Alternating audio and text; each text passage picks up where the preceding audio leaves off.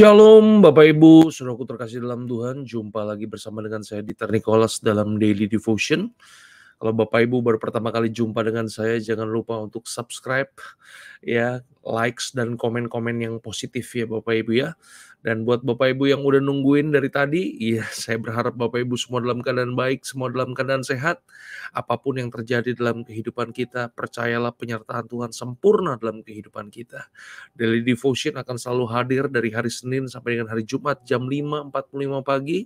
Jadi jangan lupa hanya 10 menit kita merenungkan firman Tuhan dan biarlah dari pagi hari kita meraih selalu kemenangan kita. Dan Bapak Ibu, kalau Bapak Ibu suka judul firman Tuhan, pada pagi hari ini saya berikan judul marah itu boleh. Yang tidak boleh adalah marah secara tidak bertanggung jawab. Saya berharap ya Bapak Ibu diberkati dengan tayangan video ini. Dan sebelum kita mulai tentunya kita mau berdoa terlebih dahulu. Mari kita berdoa. Bapa kami dalam sorga, terima kasih Tuhan buat pagi hari ini. Kalau pagi hari ini kami boleh merenungkan firman Tuhan, biar kiranya kebenaran-Mu menguatkan kehidupan kami, memberikan pengertian demi pengertian dalam kehidupan kami, sehingga semakin hari hidup kami semakin bijaksana. Ada produk-produk Tuhan yang keluar dari dalam kehidupan kami. Makin lama kami punya karakter Kristus. Terima kasih ya Bapa.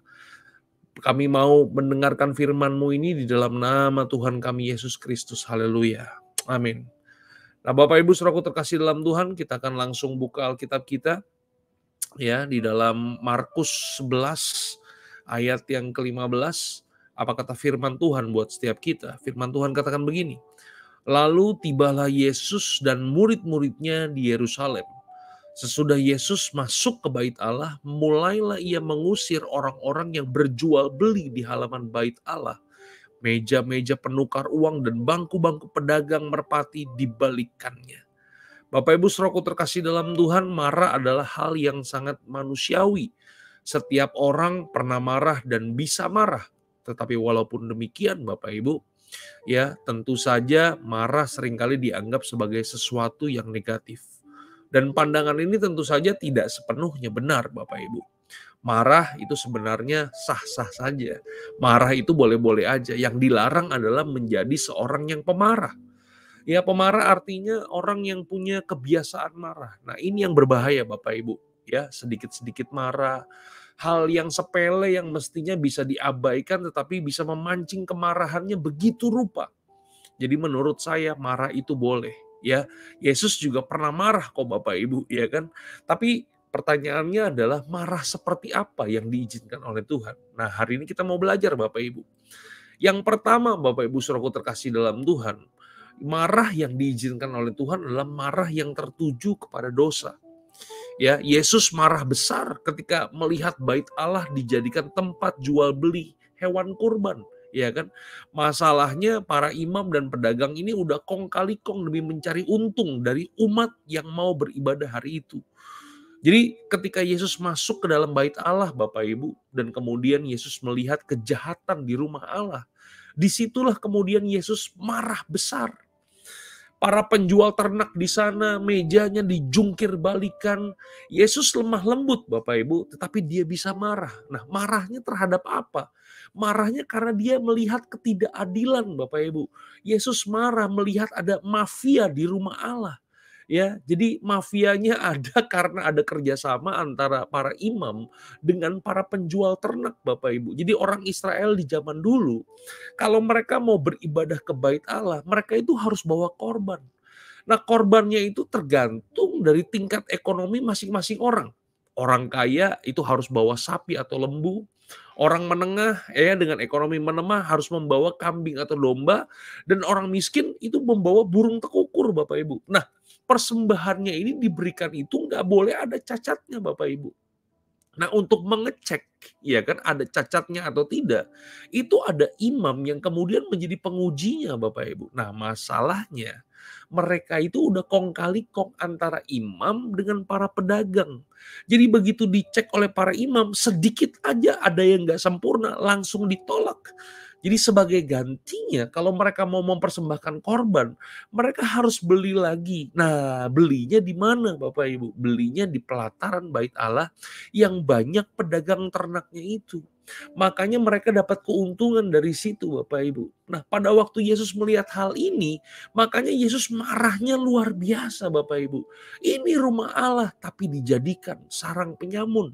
Ini rumah Allah tapi isinya perampok semua Bapak Ibu. Yesus lemah lembut tapi Yesus bisa marah. Yesus marah karena melihat dosa. Jadi kita diizinkan marah Bapak Ibu jika ini menyangkut dosa atau hal-hal yang tidak benar. Justru hal yang aneh jika kita melihat ketidakadilan tapi hati kita tenang dan tidak berespon sama sekali Bapak Ibu. Nah yang kedua Bapak Ibu, ya marah yang seperti apa yang diizinkan oleh Tuhan. Yang kedua adalah marah tapi terkontrol Bapak Ibu. Ya, boleh marah selama kita yakin bahwa kita bisa menguasai diri kita sendiri. Kita bisa mengontrol diri kita sendiri.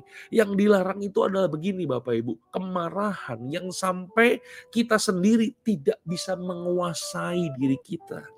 Ketika kita marah, kemudian kita teriak-teriak. Kita marah, tapi kemudian apa yang terjadi? Kita maki-maki. Kata-kata kotor keluar dari mulut kita. Kata-kata binatang keluar dari mulut kita. Belum lagi kita melakukan tindakan yang kasar atau melakukan kekerasan secara fisik. Nah ini yang dilarang oleh Tuhan Bapak Ibu, ya kan? Jangan sampai kita marah tapi kemudian kita justru meluapkan kemarahan kita kepada orang yang bersalah Bapak Ibu. Kita keluarkan semua emosi kita. Nah banyak terjadi penyesalan Bapak Ibu. Ya kan kalau kita kemudian marah yang seperti ini. Dan yang ketiga Bapak Ibu Saudaraku terkasih dalam Tuhan, marah yang bagaimana yang diperbolehkan sama Tuhan. Yang ketiga adalah marah boleh, tetapi yang nggak boleh adalah dendam Bapak Ibu. Kita tidak boleh dendam Bapak Ibu. Jangan sampai kita marah lalu kemudian kita menyimpan benih-benih permusuhan Bapak Ibu. Ya kan? Jika kita menyimpannya dalam hati, maka dari kemarahan inilah bisa menjadi keinginan untuk kita membalas dendam. Dan ini Bapak Ibu Saudaraku terkasih dalam Tuhan, saya katakan ini adalah bibit-bibit yang berbahaya Bapak Ibu. Karena apa? Karena kalau tidak segera dibereskan, maka keinginan untuk balas dendam itu bisa membutakan mata hati kita dan mematikan nalar logika kita Bapak Ibu. Dan kita udah melihat begitu banyak contoh, ada begitu banyak orang yang marah Bapak Ibu, kemudian melakukan yang namanya dendam. Dan pada akhirnya apa yang terjadi?